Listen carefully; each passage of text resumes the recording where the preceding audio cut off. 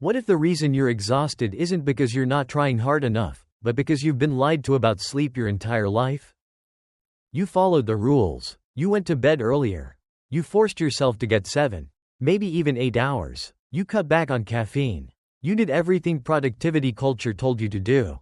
And yet, when morning comes, your body feels like it never truly shut down. Your mind is foggy. Your motivation is fragile. You reach for your phone or your coffee before you even feel fully awake. And here's the unsettling part. Somewhere in Japan, someone slept roughly the same number of hours and woke up calm, steady, and clear, not rushed, not wired, not surviving the morning, but stepping into it. Same species, same biology, different outcome. So what's the difference? In much of the Western world, sleep is treated like a leftover, something you squeeze in after ambition has taken its share. We glorify the grind. We admire the people who say they only need 5 hours. Exhaustion becomes a badge of honor. But in Japan, sleep isn't weakness. It's discipline. It's recovery training. It's preparation for tomorrow. And that shift in meaning changes everything. Because sleep isn't just about how long you lie in bed. It's about whether your body receives the right signals to truly power down. Your brain needs to cool at night. A slightly cooler bedroom, even just a few degrees, supports the natural drop in core temperature that triggers melatonin. Without that drop, your body hovers in light sleep, never fully repairing, never fully resetting. And then there's the ritual of heat and release. Many Japanese households end the day with a hot bath, not rushed, not distracted. Warm water relaxes muscles, slows breathing, and softens the nervous system. When you step out into a cooler room, your body temperature falls quickly. That rapid decline sends a biological message. It's safe to sleep now. You're not forcing rest, you're inviting it. But there's a deeper layer most people ignore. We've been taught to feel guilty for being tired, to hide fatigue, to drown it in caffeine. Yet tiredness isn't weakness, it's feedback. When you fight it, your nervous system stays alert. When you respect it, your body trusts you enough to shut down completely. Energy isn't a straight line. It moves in rhythms. Short, intentional naps, 10 or 15 minutes, can reset your brain without disrupting nighttime sleep. And stepping away from screens an hour before bed protects the very hormone that allows you to drift into deep rest. Blue light doesn't just brighten your room. It tells your brain it's still daytime. This is times for growth. Time is gold. And if this perspective challenges what you thought you knew about sleep, subscribe and support the channel so we can keep exploring ideas that change how you live. Tonight, choose one shift. Lower the temperature. Take a warm shower before bed. Put your phone away earlier.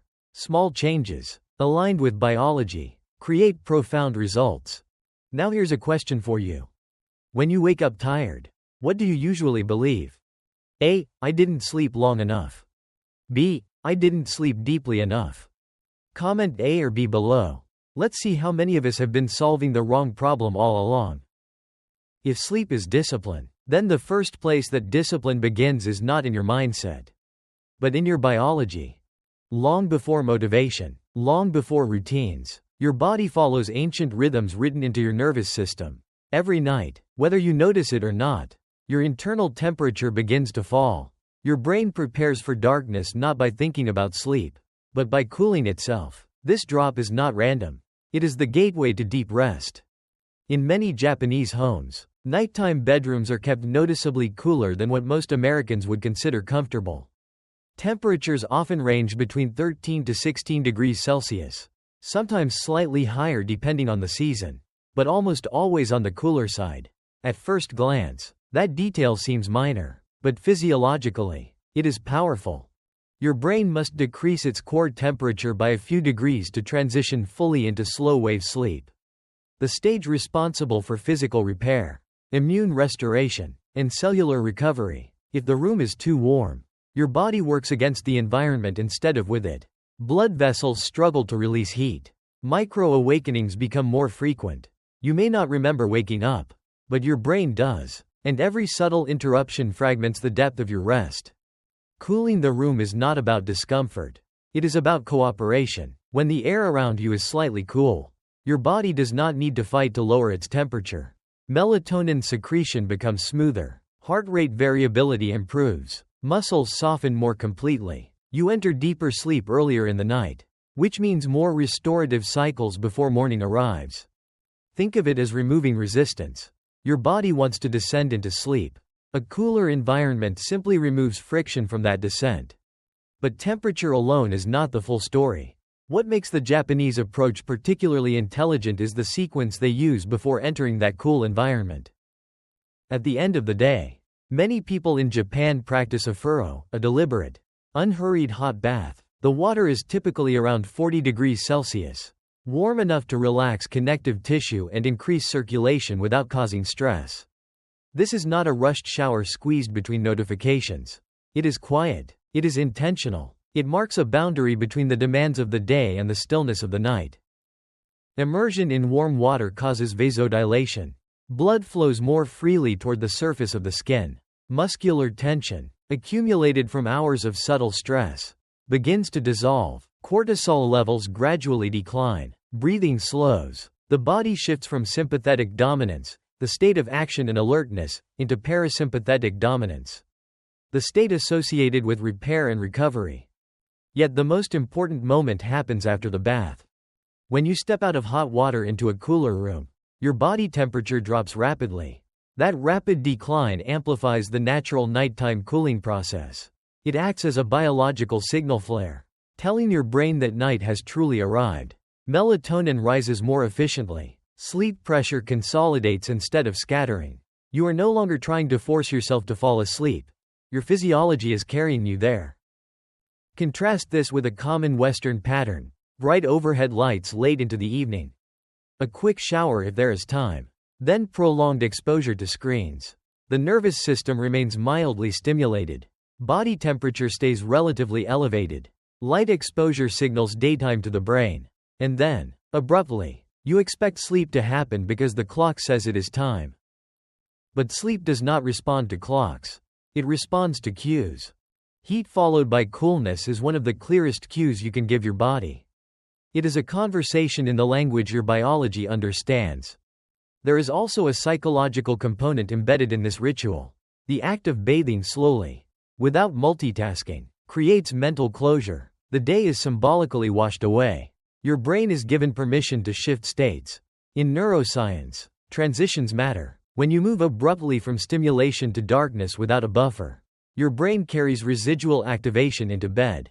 When you insert a ritual, you create a bridge. You do not need to replicate every aspect of Japanese culture to benefit from this insight. A warm shower taken 1 to 2 hours before bed can produce a similar thermal effect. The key is timing. Too close to bedtime, and the cooling phase may not fully develop.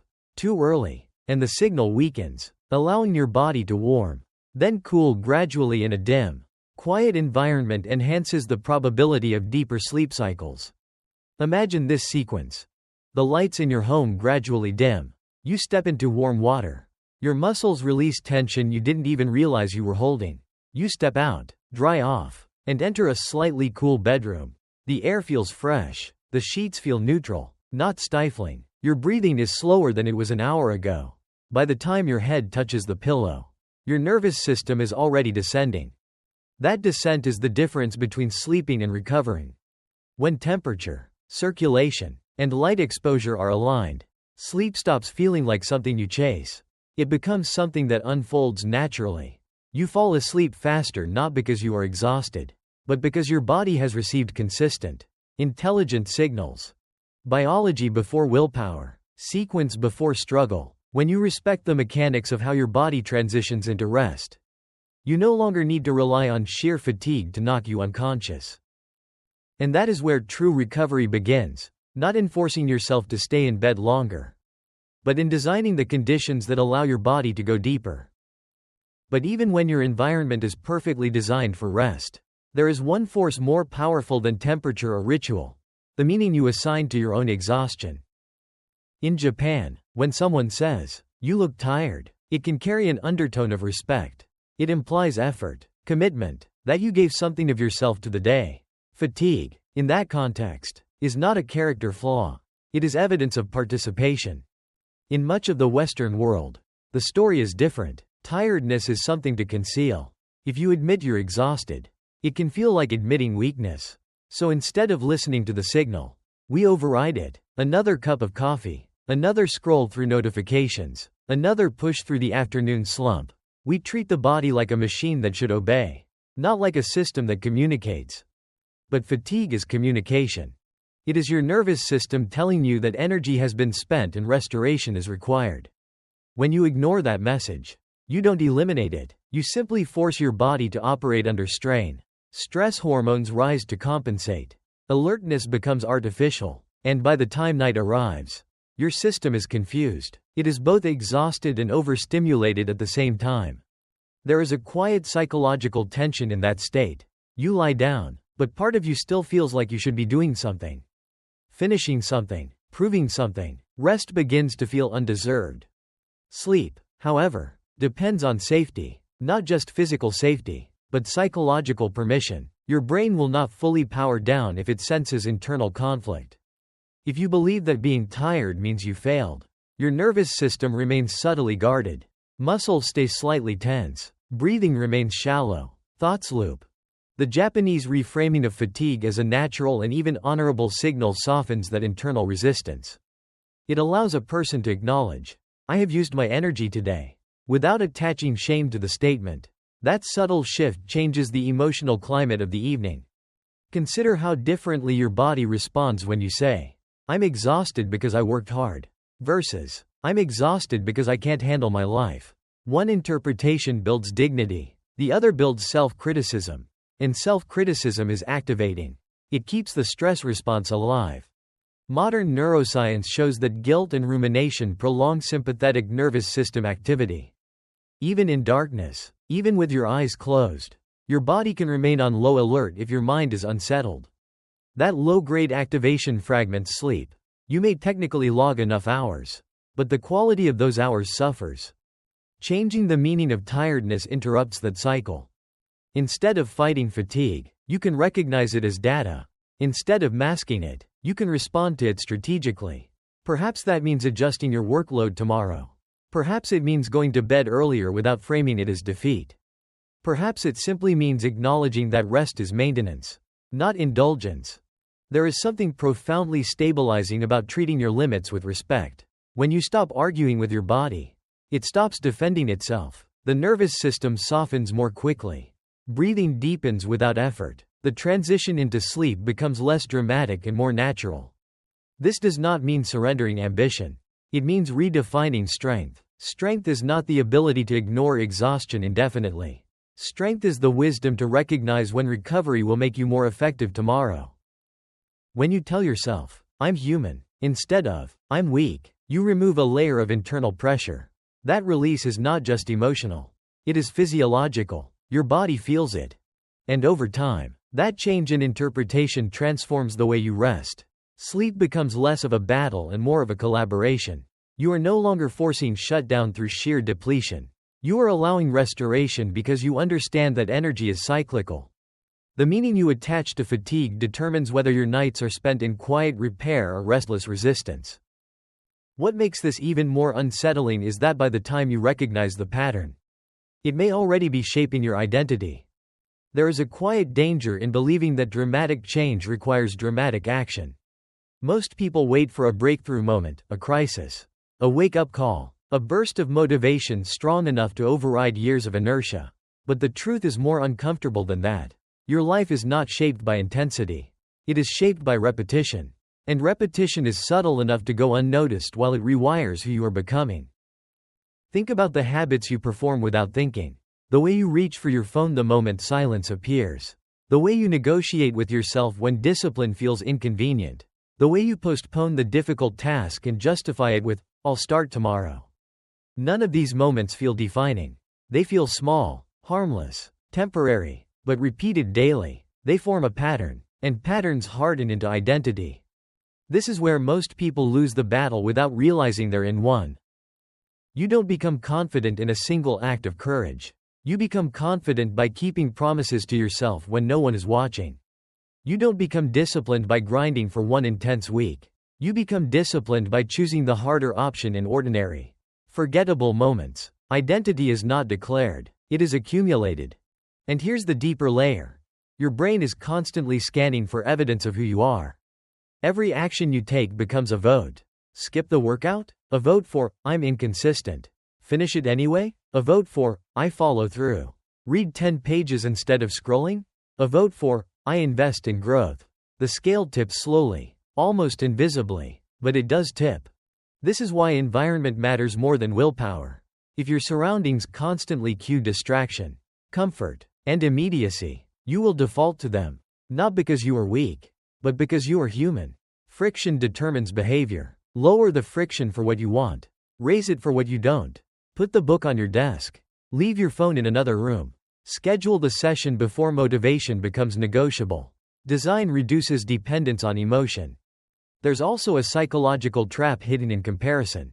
When you measure your beginning against someone else's middle, you create paralysis. You see their results, not their repetitions. You see the outcome, not the compounding. And compounding is invisible until it isn't.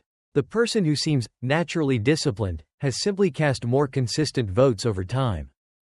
But here is the uncomfortable question. If habits compound positively, they also compound negatively. Drift is real. Neglect compounds. The decision to ignore your health, your learning, your relationships does not stay neutral. It accrues interest, and interest is unforgiving. The good news is this: compounding works in your favor the moment you align it with intention. You do not need to overhaul your life overnight. In fact, trying to do so often triggers collapse. What you need is alignment between the person you claim you want to be and the actions you repeat daily. Small adjustments, executed relentlessly, outperform dramatic declarations that fade. There will be days when progress feels microscopic. Days when the scale doesn't move. The numbers don't rise. The feedback doesn't come. This is the valley where most people quit. They mistake the absence of visible growth for the absence of growth itself. But beneath the surface, neural pathways are strengthening. Tolerance for discomfort is expanding. Self-trust is being built brick by brick. You are not chasing motivation. You are building proof. And proof changes everything, because once you have enough evidence that you can do hard things consistently, your internal narrative shifts. You stop asking, "Can I?" and start asking, "What's next?" That shift is subtle but transformational. It moves you from reactive to deliberate, from drifting to directing. The final layer of this transformation is responsibility.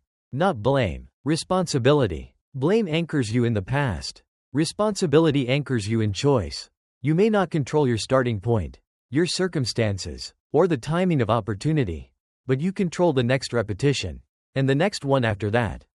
In the end, the person you become is not the result of a single powerful moment. It is the sum of quiet decisions made when no one is applauding. It is built in the mornings you don't feel like starting and the evenings you choose not to quit.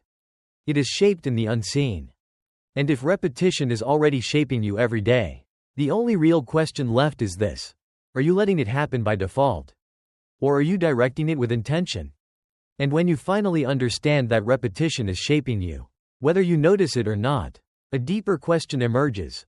What are you willing to sacrifice to become who you say you want to be? Every meaningful transformation demands a trade. Not always something dramatic, not always something visible, but something real. Growth costs comfort. Clarity costs distraction. Mastery costs time. The world rarely highlights this exchange. It sells the outcome without discussing the surrender required to reach it. But behind every evolved version of yourself is a quiet funeral for an older version you had to outgrow. You cannot carry every habit, every relationship, every coping mechanism into your next level. Some patterns that once protected you will eventually limit you. Some environments that once felt familiar will begin to feel restrictive. And the hardest part is this: letting go often feels like loss before it feels like progress. There will be moments when your old life calls you back, old routines, old excuses, old identities that feel easier to maintain. They whisper that you've changed too much, that you're taking yourself too seriously, that discipline is unnecessary. That voice is not evil, it's comfortable. But comfort has never built anything extraordinary. The truth is, evolution is uncomfortable because it forces you to confront the gap between who you are and who you could be. It asks you to act in alignment before you feel ready. It demands consistency before recognition. It requires patience in a culture addicted to immediacy. But here is the shift. Sacrifice is not deprivation. It is selection. You are not losing something, you are choosing something better. You are exchanging temporary relief for long-term strength. You are trading short-term validation for enduring self-respect. And once you reframe it that way, discipline stops feeling like punishment and starts feeling like power. At the end of the day, your future is not built by chance. It is built by what you are willing to release in order to grow. So the real question is not whether change is possible. It is whether you are ready to let go of the version of you that can no longer carry you forward. If there is one thread running through everything we've explored, it's this. Your life is not transformed in the spotlight, it is transformed in the quiet. Not in dramatic declarations, not in sudden bursts of motivation, but in the invisible architecture of your daily choices. The habits you repeat become the standards you live by. The standards you tolerate become the identity you embody. And identity, once solidified, determines your ceiling. Most people underestimate how powerful small, consistent actions truly are because they don't deliver instant emotional rewards. They don't look impressive. They don't earn applause. But what they do is far more important. They rewire your self-concept. Each time you follow through when it would be easier to quit, you deposit evidence into your internal belief system. Each time you choose long-term growth over short-term relief, you strengthen your capacity for discipline. Over months and years, that evidence compounds into confidence that cannot be faked. The deeper lesson here is not about productivity. It is about agency. You may not control the timing of opportunity, the behavior of others, or the unpredictability of circumstances, but you control the pattern of your responses. And that pattern, repeated long enough, becomes your trajectory. When you stop waiting for perfect conditions and instead focus on deliberate repetition, you reclaim authorship over your future. So how do you apply this starting today? First, identify one identity you want to build: disciplined, focused, healthy, resilient. Then define the smallest repeatable action that proves that identity daily. Make it measurable and non-negotiable. Reduce friction. Remove distractions. Protect it like it matters, because it does. Do not chase intensity. Chase consistency. Track proof, not feelings. When motivation fades, let structure carry you. When doubt appears, return to the next small action. Over time, you will look back and realize the change felt slow in the moment but monumental in retrospect. Here's a simple question for you. Do you believe small daily actions truly shape your future more than big one-time efforts? Comment yes or no below and share your perspective so everyone can learn from each other's experience. And if this message resonated with you, consider subscribing to support the channel and stay connected for the next powerful lesson.